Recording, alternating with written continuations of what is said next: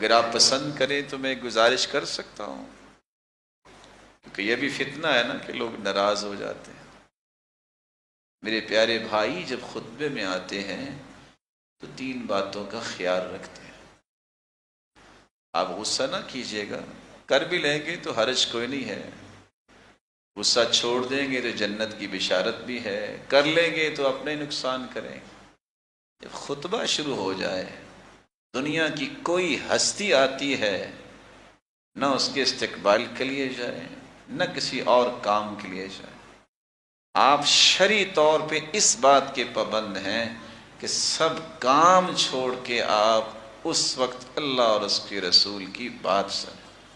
حدیث کہتی ہے کوئی بول رہا ہو اس کو صرف اتنا کہہ دو انصت، چپ ہو جاؤ، اچھی بات ہے نا۔ یہ انصت کہنا یہ بھی لغو بات ہے، تو مجھے امید ہے کہ آپ ذرا اس پہ نظر ثانی فرمائیں گے۔ آپ جہاں بیٹھے ہوں سکون سے اللہ اور اس کے رسول کی بات سنا کریں۔ میرے بھائی جب خطبہ خطیب دے رہا ہوتا ہے تو پھر گھٹنوں کو پکڑ کے بیٹھنا یہ جائز نہیں ہے، اس سے اللہ کے رسول نے منع فرمایا ہے، تو یاد رہے گا انشاءاللہ۔ ہو سکتا ہے ٹریفک کے مسائل ہوں، آپ لیٹ ہو گئے، کیونکہ ویسے تو آپ پہلے وقت پہ ہی آتے ہیں، مجھے امید ہے اذان سے پہلے ہی آتے ہیں، کیونکہ مومن تو خطبہ شروع ہونے سے پہلے ہی آتا ہے، اس کی نشانی تو یہی ہونی چاہیے نا۔ لیکن اگر آپ لیٹ بھی ہو گئے ہیں تو میرے پیارے اور معزز بھائی اور محترم بزرگ، سنت یہ ہے کہ آپ جب مسجد میں داخل ہوں، خطبہ ہو رہا ہے، آپ جب تک 2 رکعتیں نہیں پڑھ لیتے اس وقت تک آپ کو بیٹھنا نہیں چاہیے۔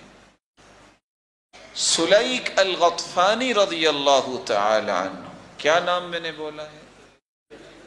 تشریف لائے، بیٹھ گئے، آپ نے فرمایا ارکعت رکعتین، تم نے 2 رکعتیں پڑھی ہیں؟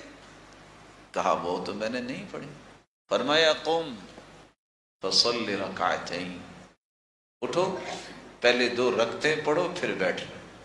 اور دوسری روایت رسول اللہ صلی اللہ علیہ وسلم کی ہے، جو شخص وضو کرتا ہے، مسواک کرتا ہے، خوشبو لگاتا ہے، مسجد میں وقت بھی آتا ہے، غور سے خطبہ سنتا ہے، اور اس سے پہلے ثم صلی ما قدر لہ، پھر اتنی رکعتیں پڑھ لیتا ہے جو اس کی قسمت میں لکھی ہیں۔ صحابہ نے 2 بھی پڑھی ہیں، 4 بھی پڑھی ہیں، 6 بھی پڑھی ہیں، 8 بھی پڑھی ہیں، 10 بھی پڑھی ہیں، اور یہ ساری روایتیں ابن القیم لے کے آئے ہیں۔ لیکن باقاعدہ سنت جو ہے اس کو ثابت کرنا پڑے گا۔ رسول اللہ صلی اللہ علیہ وسلم کا طریقہ مبارک یہ تھا، آپ ممبر پہ آتے اور سب سے پہلا کام کرتے السلام علیکم، سلام کہتے، سلام کہنے کے بعد اذان ہوتی اور اذان کے بعد خطبہ شروع ہو جاتا۔ بات جمعے کی آئی ہے، حدیث میں آتے من صلی الجمعہ فلیصلی بعدہا 4، جو شخص جمعہ کی نماز پڑھتا ہے اس کو جمعہ کے بعد 4 رکعتیں پڑھنی چاہیے۔ ابو حازم روایت کرتے ہیں آپ 2 مسجد میں پڑھ لیتے اور 2 گھر جا کے پڑھتے۔ آپ مسجد میں 4 بھی پڑھ سکتے ہیں اور آپ 2 مسجد میں پڑھ لیں اور 2 گھر جا کے پڑھ لیں، تو صحیح مسلم کے ابو حازم کی یہ روایت بھی اسی بات کی طرف اشارہ کر رہی ہے۔